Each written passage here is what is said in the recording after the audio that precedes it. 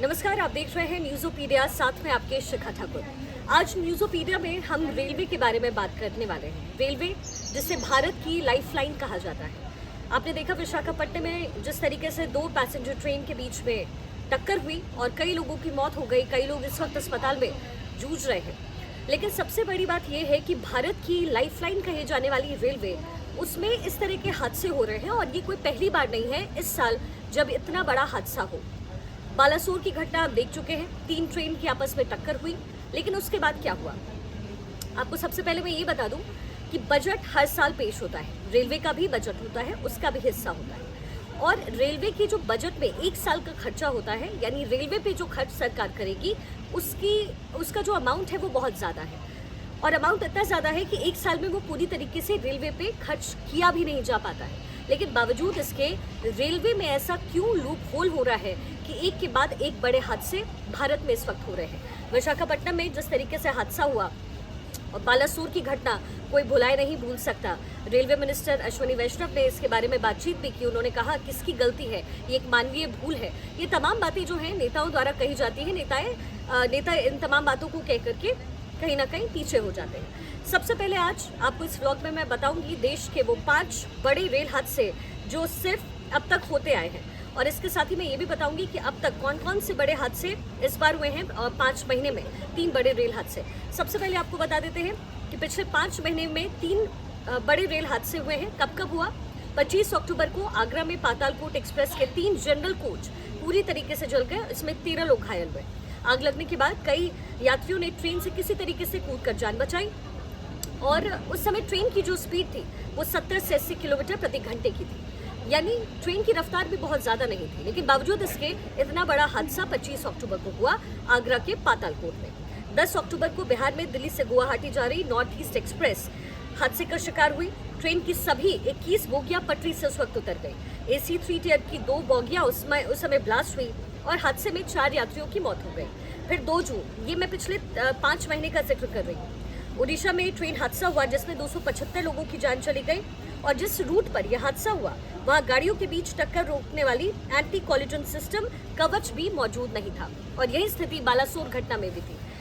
देश में कौन से 5 बड़े रेल हादसे हुए हैं उसके बारे में भी जानकारी देती हूँ। लेकिन सबसे बड़ी बात यह है कि जो बजट रेलवे के लिए पेश किया जाता है वो पूरी तरीके से खर्च भी नहीं होता, और बावजूद इसके जो कमियां हैं वो रेलवे में है। अब इसके लिए जिम्मेदार कौन है? ये एक बहुत बड़ी चुनौती है सरकार के लिए, और एक बहुत बड़ा सवाल है उन लोगों के लिए जो शासन करते हैं, जो रेलवे में एक बड़े पद पर मौजूद हैं। अश्विनी वैष्णव से भी सवाल पूछा गया। विपक्ष जमकर अश्विनी वैष्णव पर निशाना साधता रहा। बालाकोट घटना के बाद कोई कहीं नजर भी नहीं आया और विपक्ष हमलावर रहा। उन्होंने कहा कि अश्विनी वैष्णव को इस्तीफा दे देना चाहिए, नैतिक तौर पर इस्तीफा दे देना चाहिए। लेकिन ऐसा हुआ भी नहीं। लेकिन बावजूद इसके सियासत एक तरफ है, लेकिन सबसे बड़ी बात और जो सबसे ज़रूरी है वो ये है कि ये लोग जो हादसे का शिकार हो जाते हैं, अभी भी विशाखापट्टनम में जो हादसा हुआ है उसमें इतने लोग शिकार हो गए, उसका कई लोगों की मौत हो गई है, 100 से ज़्यादा लोग घायल हैं, अस्पताल में उनका इलाज चल रहा है। आखिर इसके लिए जिम्मेदार कौन है? क्या सरकार इसकी जिम्मेदारी लेती है? क्या विपक्ष के जो लोग हैं वो सिर्फ आरोप लगाकर अपनी सरकार बना देना चाहते हैं? ममता बनर्जी कह रही थी एंटी कॉलिजन सिस्टम का जिक्र ममता बनर्जी की तरफ से किया गया था, जिसे रेलवे का कवच कहा जाता है। एंटी कॉलिजन सिस्टम यानी वो सिस्टम जो ट्रेन के टक्कर को रोकता है। तो फिर एंटी कॉलिजन सिस्टम की मौजूदगी नहीं होना क्या सरकार पर सवाल खड़े नहीं करता?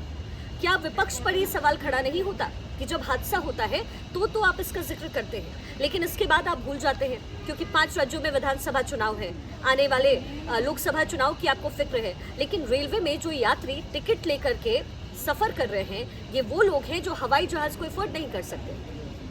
तो फिर इन लोगों की चिंता कौन करेगा? अगर सरकार को चिंता नहीं है, विपक्ष को चिंता नहीं है, तो आज मैं ट्रेन से अगर जा रही हूँ तो क्या सिर्फ मुझे चिंता होनी चाहिए? और वाकई जब भी मैं ट्रेन से ट्रैवल करती हूँ मुझे खुद भी चिंता होती है। बालासोर की घटना याद आ जाती है। ऐसा लगता है कि ट्रेन से सफर करें या फिर ना करें। चलिए आगे बढ़ते हुए आपको देश के 5 बड़े रेल हादसे के बारे में बताते हैं। 2 जून 2023 यानी इसी साल ओडिशा के कोरोमंडल एक्सप्रेस एक मालगाड़ी से टकराई। दोनों ट्रेन के बिखरे डिब्बों से हावड़ा बेंगलुरु एक्सप्रेस टकरा गई और इसमें 293 लोगों की मौत हो गई। दूसरा 2 अगस्त 1999 ब्रह्मपुत्र मेल उत्तर रेलवे के कटिहार डिवीजन के गैसल स्टेशन पर खड़ी अवध असम एक्सप्रेस से टकराई और इस हादसे में 285 लोग मारे गए।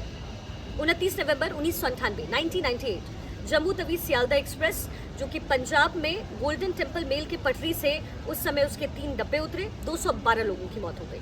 20 अगस्त 1995 उत्तर प्रदेश के फिरोजाबाद के पास पुरुषोत्तम एक्सप्रेस खड़ी कालिंदी एक्सप्रेस से टकराई और इस हादसे में 400 लोगों की मौत हो गई। 6 जून 1981 बिहार में पुल पार करते समय एक पैसेंजर ट्रेन बागती नदी वहां पे थी, उसमें गिर जाती है और इस हादसे में 300 से ज्यादा लोगों की मौत हो गई। ये अगर कुल आप आंकड़ा मिलाएंगे ना इन 5 वर्षों का, तो आप अपने लोगों को 1000 ऐसे लोग हैं जिनको हमने खो दिया, और कितने लोगों का अस्पताल में इलाज चल रहा होगा ये तो हम जानते भी नहीं है। ये एक अखबार का आर्टिकल है जो मैं आपको दिखा रही हूँ। और इससे बहुत अहम सवाल खड़े हो जाते हैं जिसका जिक्र भी मैंने किया। आज जो ये हादसा हुआ है उसके लिए जिम्मेदार कौन है? बालासोर में जो घटना हुई है उसके लिए जिम्मेदार कौन है? जो बजट रेलवे के लिए पेश किया जाता है वो पैसे कोई भी सरकार हो कहाँ खर्च करती है? एंटी कॉलिजन सिस्टम पूरी तरीके से इस वक्त क्यों नहीं है? हम बहुत हाई स्पीड ट्रेन की बात तो कर रहे हैं, हम वंदे भारत एक्सप्रेस की बात तो कर रहे हैं, हम बुलेट ट्रेन की बात तो कर रहे हैं, लेकिन सबसे बड़ी बात यह है कि रेलवे जहाँ पर मालगाड़ियाँ चलती है, जिसमें नॉर्मल पैसेंजर ट्रेन चलती है, जिसमें राजधानी जैसी ट्रेन चलती है, क्या वो पूरी तरीके से हम सब के लिए सेफ है? एक बड़ा सवाल सरकार के लिए है और उससे भी बड़ा सवाल विपक्ष के लिए है। वो इसलिए क्योंकि विपक्ष का काम है सवाल उठाना, सवाल उठाकर छोड़ना नहीं। तो वो सवाल उठाकर छोड़ने की जरूरत नहीं है, उस सवाल को पूछने की जरूरत है कि एंटी कॉलिजन सिस्टम कब हमारे देश में प्रभावी तौर पर रेलवे के अंदर होगा? जो बजट पेश किया जा रहा है, जो बजट रेलवे के लिए रखा जा रहा है, वो पैसे सिर्फ बचे क्यों रह जाते हैं? उसके पीछे आखिर जिम्मेदार कौन है?